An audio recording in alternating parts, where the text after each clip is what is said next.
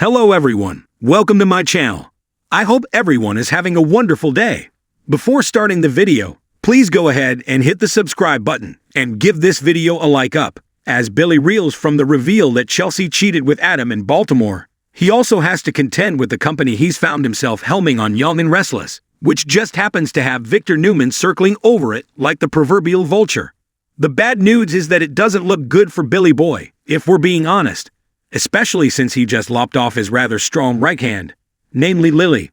The good news: a surprise twist coming up may save the day for the mercurial abbot. Young and Restless fans are suffering corporate fatigue to the nth degree, but that doesn't mean they won't be able to enjoy a good unexpected plot twist in an otherwise predictable story. It seems a foregone conclusion that Victor, who literally named himself for a winning mindset, will triumph over his hapless screw-up former son-in-law, Billy Boy. But as it turns out, that may not be the case. Jason Thompson gave viewers a shred of hope in a recent interview with Sodi, teasing that an unforeseen development might put a wrinkle in the mustache plans. Victor taking back Chancellor Industries, the company that Catherine left to him at the time of her death, seems inevitable. What the Black Knight wants, the Black Knight gets, is pretty much the way it goes in Genoa City. Collateral damage be damned. But according to Thompson, someone is going to step up to fight the good fight for Abbott Chancellor now that Lily's out, and that could change everything. Firing Lily certainly appears to be one of Billy's dumbest moves yet. There was a good reason he asked her to stay on as co-CEO. He needed her.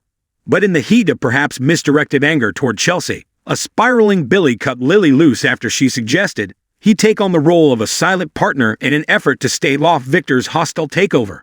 We can't help but wonder if he actually did the right thing considering Lily was keen to kick him to the curb. Regardless, the move leaves Billy unmoored without an anchor, and pitching about wildly from the body blow that was Chelsea's confession. Partnerless, both personally and professionally, the Abbot is doomed to failure unless this mystery person can help him turn things around. So, who is it?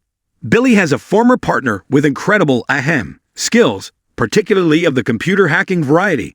She's also super savvy and loathes Victor. Love her or hate her, who better than Phyllis, who's in desperate need of a storyline that doesn't involve meddling in her children's lives, to step up and help her ex stand up to the mustache. Of course, Adam and Chelsea's cheating reveal has left Young and Restless fans convinced that the soap is preparing to spin Sally and Billy into a couple. And what better way than to, thrust them into close proximity in an office? We know how that worked out for her and Adam, and for her and Nick. There's a sofa at Abbott Chancellor just waiting to see some action. The redhead has no allegiance to Victor, whom she blames for most of Adam's issues, and may be on the unemployment line if she decides she no longer wants to work alongside Chelsea after she stuffed her man. She's a likely candidate, we'd say, if not for a small technicality. She's a designer, but she did get some executive experience at Newman Media. This could happen. Kyle's still too wrapped up in using Glissade to get back at his parents for firing him to jump ship and help his uncle out at Abbott Chancellor. So he's a long shot. Besides, after the way Billy was talking about his nephew to Jack the other day, he clearly wouldn't appreciate what Kyle would be bringing to the table as a partner. The most logical guy to step up would be the one who has a vested interest in the company, because it bears his family name. Chance Chancellor is already working at the company, and would only have to take on a bigger role and commit to helping Billy keep his birthright out of Victor's clutches. There's no love lost between Chance and Victor, so we're sure he'd relish the idea. But is he qualified? Well, it's a soap opera. Chance was a cop a year ago and transitioned to a job as a suit with absolutely no credentials, so we're guessing he could magically become qualified, just like all the rest of the Nepo babies in Genoa City. In a small, sleepy town, where the seasons unfold with the rhythm of a well-practiced waltz, Sally and Billy's story began like a whisper in the breeze. Sally Thompson was a dreamer with wild curls and a penchant for collecting stories from every nook and cranny of her life. Her world revolved around her little bookstore, the Enchanted Nook, where she could lose herself in the pages of forgotten tales and share her passion with anyone who wandered through her doors. Billy Carter, on the other hand, was a quiet force of nature. A carpenter by trade, he was known for his craftsmanship and the soft, melodic hum he carried with him as he worked. His world was defined by the rhythmic thud of his hammer and the scent of fresh-cut wood. While Sally's world was filled with stories, Billy's was grounded in the tangible, the real. Their lives intersected on a crisp autumn day when the leaves danced their way down to the ground and the sun bathed the town in golden hues. Sally had decided it was time to fix the creaky floorboards in her bookstore. She heard of Billy's reputation for impeccable work and, with a heart full of hopeful anticipation, made her way to his workshop.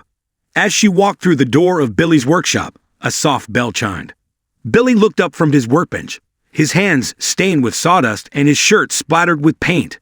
Sally, with her vibrant dress and eyes full of curiosity, seemed like a splash of color in his otherwise monochrome world. "Hello," Sally said, her voice warm and inviting.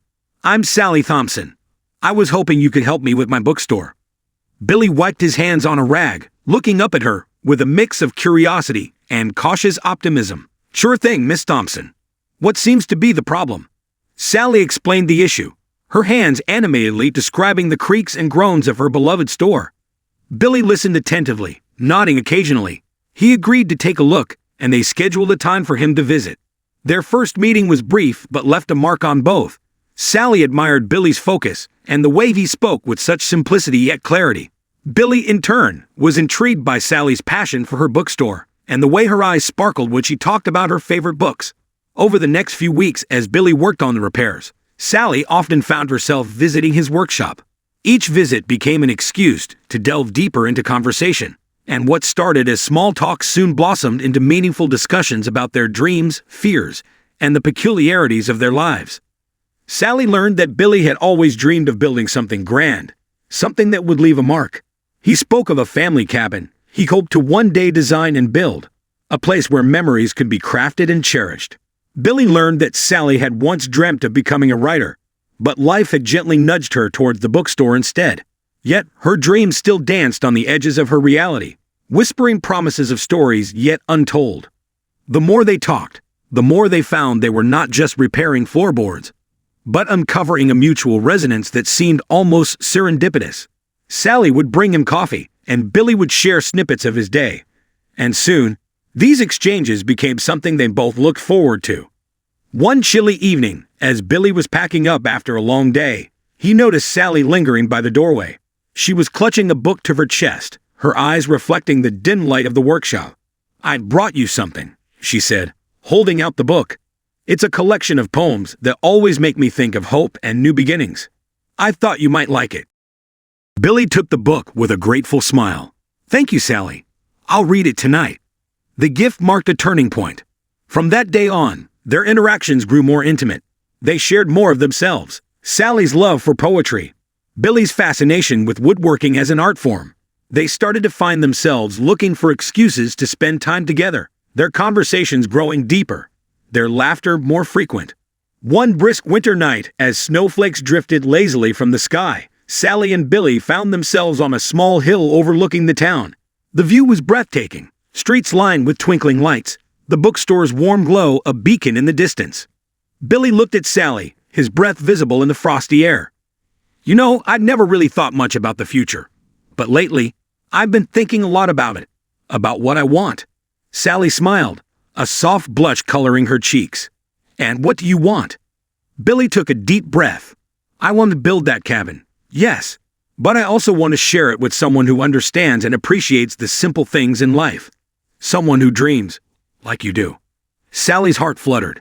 "And I want to keep telling stories, to keep discovering new ones.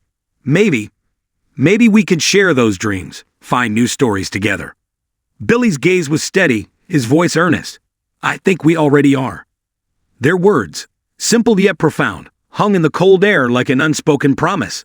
They stood together, the snow gently falling around them, as if nature itself was sealing their unspoken pact. In the months that followed, their relationship continued to bloom. Sally and Billy's bond was not one of grand declarations, but of shared moments and mutual respect. They were partners in a quiet, steadfast way, complementing each other's strengths and supporting one another's dreams. Billy eventually began the construction of his cabin, and Sally often joined him, her presence a constant source of encouragement and inspiration. They celebrated the small victories and faced the challenges together, their relationship growing stronger with each passing day. In the end, it wasn't a matter of whether Sally and Billy got together, but rather how their paths intertwined, creating a tapestry of shared experiences, dreams, and love.